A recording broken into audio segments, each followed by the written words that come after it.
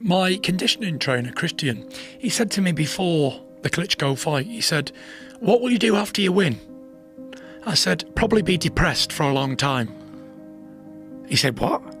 I said, "Truthfully, I was almost expecting it, and I didn't think I'd ever box again."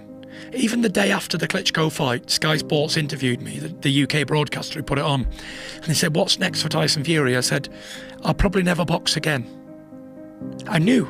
I said to me dad and my brothers before the fight, a week before the fight, I said, "Win, lose or draw," I said, "This is probably going to be my last fight."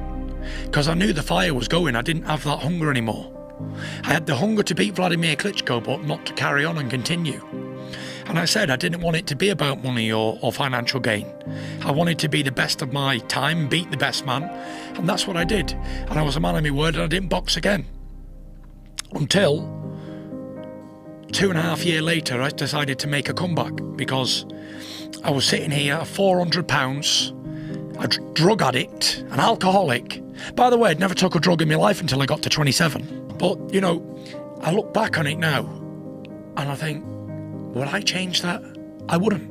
And not many people will think, well, this man's crazy for saying that on a radio show, but I wouldn't change a thing, because I know it was supposed to happen, and I needed to be tested to see what type of character I was.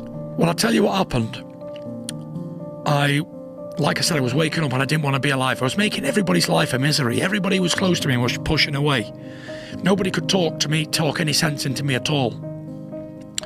And I'd go very, very, very low at times, very low. And I'd start thinking all these crazy thoughts and this, that and the other.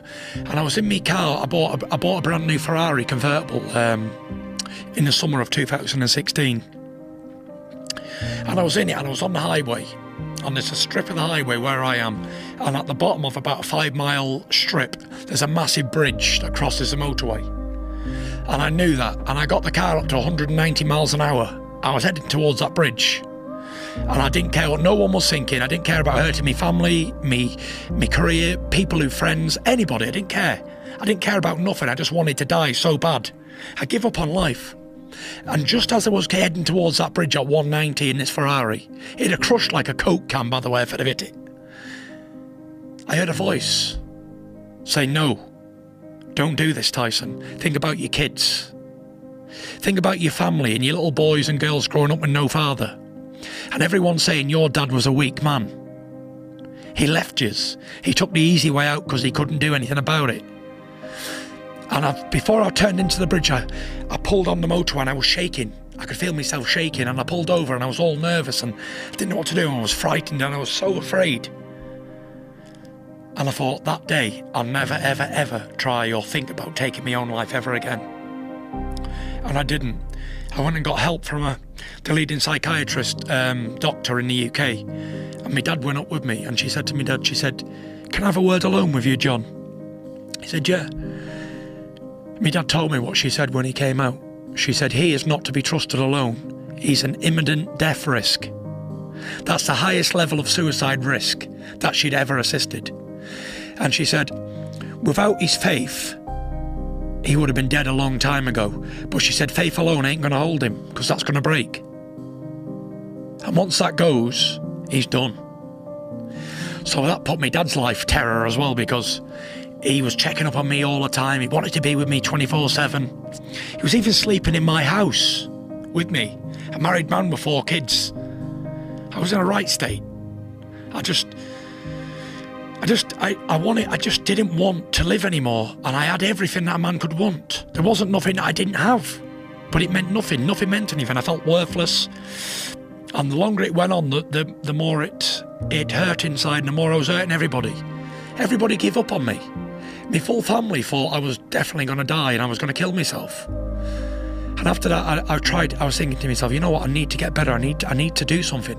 But every time I tried to go to the gym, I had another voice saying, "Nah, this ain't for us anymore. I'm not going to do this." I didn't want to do it. I'd run 200 yards and pull up.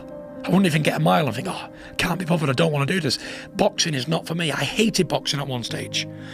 In 2016, early 17, I wouldn't have done a boxing fight for this room full of diamonds. No way. I hated boxing. I wouldn't watch it on the TV. I wouldn't read about it. I hated boxing. I'd done it my whole life and I didn't want no part of it anymore. And I was out drinking. I didn't care, give up. Taking drugs, like I said. And it come to a point I was doing that for 18 months of my life. And I was out 2017 Halloween. I was a 400 pounds dressed up as a skeleton. And I go to this fancy dress party and I'm looking around and I'm thinking, these are all young kids compared to me. I'm 30 and I feel like I was the oldest guy in there, like 29. I was like, what am I doing here? Is this what you want for your life? And I thought to myself, this is not me. And no matter how many people told me before this, where I was going wrong, what I was doing, you need to act your life. You can only change your life if you want to change it. And I left and everyone said, are you going home early? I said, yeah. I left at 9 o'clock, I went home. And I got back home, I didn't say anything to the wife, I just went straight upstairs into a dark room.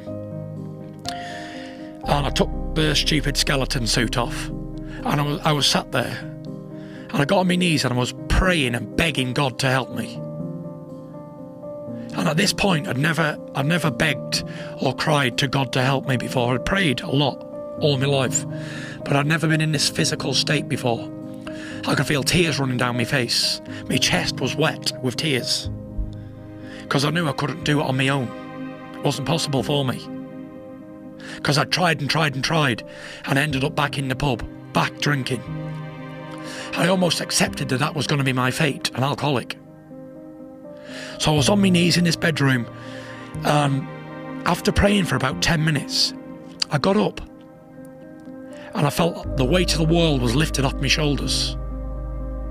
And for the first time in years, I knew I was going to make a comeback. And I called my wife, I said, Paris, she said, what? She thought I was drunk coming home from the pub. I said, Monday morning, I start to regain mission to try and get the heavyweight championship of the world back.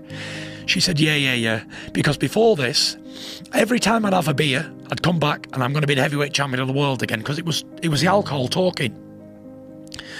So I was like the man who called wolf 1,000 times on this stupid career that I was living on the past, thinking about years before, glory days. And after this prayer, I got up, I said, right, this is going to be it. She didn't believe me 1 second. But even when I speak to her now, she says, that night you told me that, she said, I hear a difference in your voice. Something happened. Next day I phoned up Ben Davison. And I said, I don't want to go back down the old route with the same trainer, same promoter, same anything. I said, everything's got to change. I said, it's going to be a new Tyson Fury. And we called it Return of the Mac Mission. And as I went out that morning, after phoning Ben and arranging everything, I went out for a run in my sweatsuit. I had ambitions of running 2 miles. I got about 5 minutes into the run and stopped. And I walked. And while I was walking, I thought, I can't run, I'm too fat, 400 pounds. But I thought, I'm going to walk, I'm going to get out and walk. While I was walking, I was flicking through on my phone on Instagram.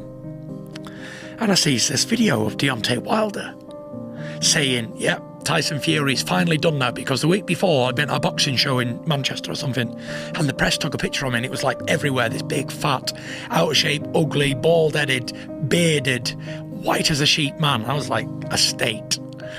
And he'd done this video, yeah, after seeing this evidence of Tyson Fury, I finally know he's finished. He can never come back, and even if I would have fought him in his heyday, I'd have knocked him out. And before that, he was talking about Mike Tyson, how he'd knocked Mike Tyson out in a round. And I thought to myself, that's very disrespectful to talk about someone who's not even from your era and wanting to fight them and all that sort of stuff when there's no possible chance. So I thought to myself, you know what, if I ever do fight you, I'm going to give it you for that reason. And then when I saw this other video of him saying the things about me and I couldn't come back and that, it gave me that much more motivation to return, just so I can beat Deontay Wilder. I said, but if I wasn't crazy, I won't be great. And I went over there and outboxed him. And nobody, apart from my brother or my father, thought I could do it. You know, even people who were close to me in camp, they were very unsure of what was going to happen.